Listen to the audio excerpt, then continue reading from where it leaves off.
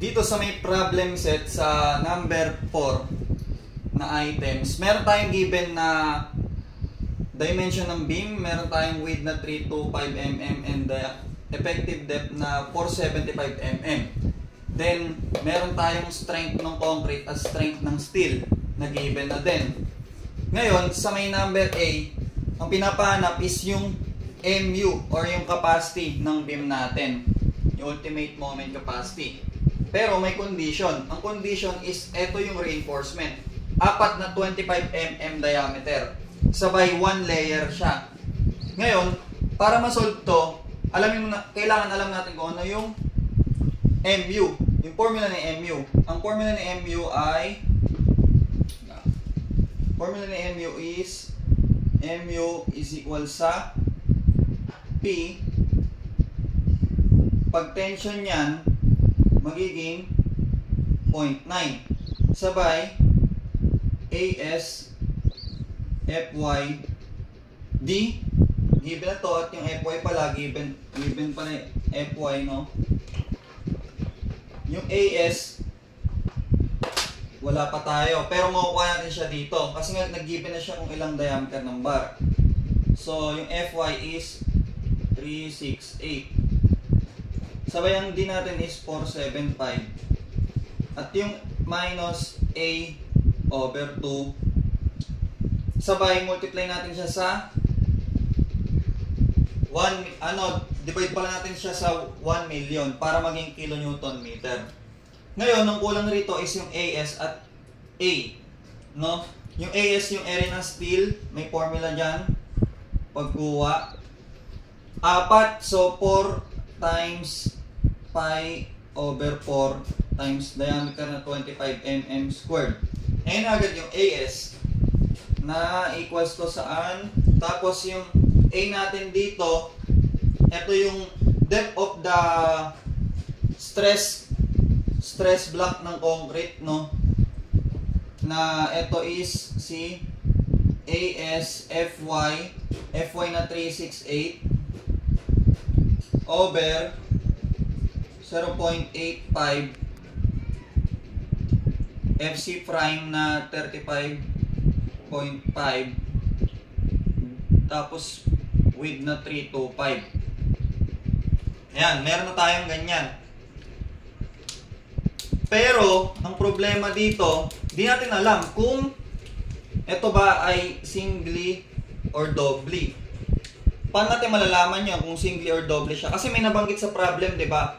If deep necessary, kung necessary ba daw yung reinforcement sa taas, na ang given doon is, ano bang given doon? Basta may given yun, di ba?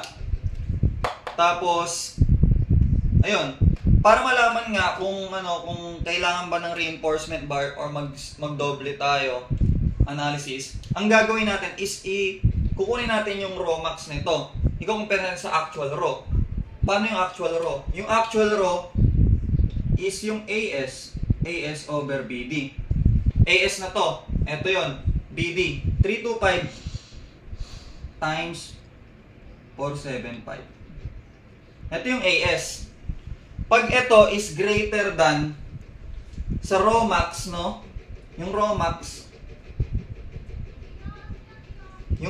meron ditong formula na beta 1 0.85 FC prime na 35.5 over FY na 368 times na 3 over 8. Ano tong 3 over 8 na yan? Yung 3 over 8 na yan, ayan yung pag tension controlled analysis tayo, no? Pag tension controlled yung section natin. Di ba sabi wala naman dito nabanggit kung tension or compression controlled siya. Ang allowed ng code is tension controlled. So, ang gagawin dito, analysis to ng tension controlled. Assume, no? So, ayan. Kaso, ang problema, wala tayong beta 1. Meron tayo nito, walang beta 1. Kasi ito, given naman na lahat. So, si beta 1, total, si FC prime is greater than 28. Therefore, beta 1 is equal sa 0.85 minus sa 0.05 yung FC prime na 35.5 minus 28 divided by 7. Ito si beta 1. So, yun. Compute na natin, no? Tingnan natin kung doubly or singly analysis ba to. So, si beta 1 muna. 0.85 minus 0.05 times the quantity of 35.5 minus 28 over 7 ito ay lumalabas na 0.7964, no? Sabay store na natin niya sa A. Ito store natin sa A. So, yan. Sabay si Romax, no? Sa maximum still ratio, i-compute natin. Input dito, A times 0.85 times 35.5 divided by 368 times 3 over 8. Ito ay pumapatak na 0.0245.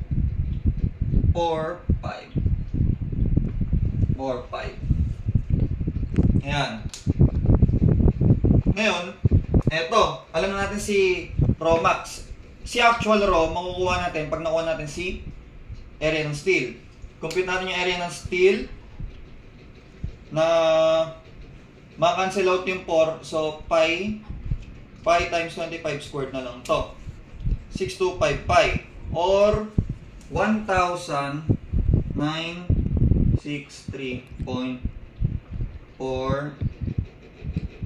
or 5.5 mm squared. Store natin yan sa B. Store sa B. Ngayon, substitute natin dito. So, B divided by 325 times 475. 325,475. Ito ay pumapatak na 0.0127. Ano ibig sabihin nito? In comparison, less than 0. Actual Rho sa Romax. No? So, ibig sabihin, SRB to. So, tuloy natin tong solution na to. Tama lang to. So, yun. So, kung SRB to, tuloy natin to. So, AS is B times 368 divided by 0.85 times 35.5 times 325. So, makukuha nito is 73.68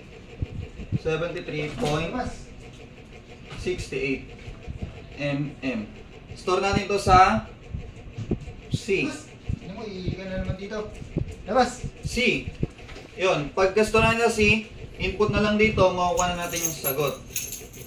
0.9 times AS na B times 368 times 475 minus 8 nakastore sa C over 2 times 1 over 1 million.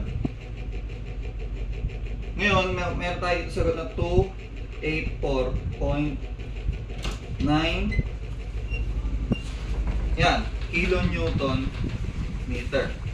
Ngayon, sagot sa 1. Ngayon, dito sa may letter B, ganun din pinapahanap. Kaso, meron siyang condition, iba yung reinforcement bar niya. 8 na 28 mm diameter. Plus 2 layer, tapos yung outer distance from the compression fiber is, extreme compression fiber is 510 mm. So, paano to? Titignan ngayon natin dito. Kasi imposible naman na walang kwenta yung given na na yung steel sa taas. Maggaganto ngayon tayo.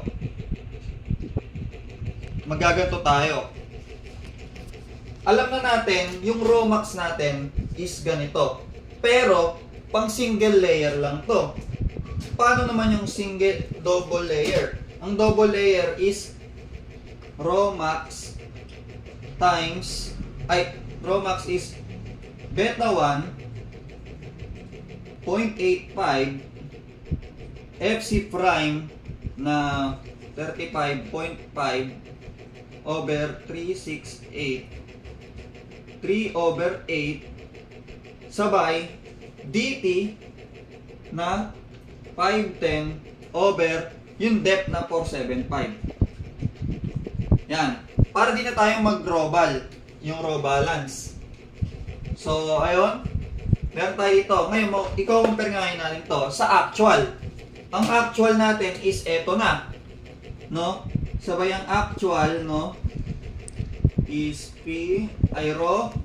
Sabay 8 times pi over 4 with diameter na 28 squared. Yan. Pag itong si Rho is mas malaki sa Rho max, doble tayo ngayon. Ang sagot dito sa Rho is 4926. 4926.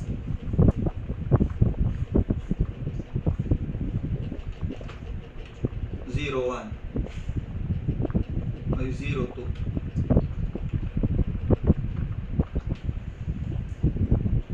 Ay, hindi pa pala to raw. Steel pa lang to. Divide natin siya sa PD.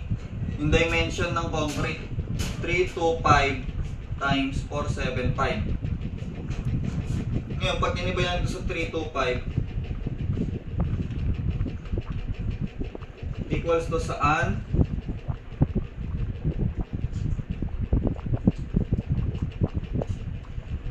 325 times 475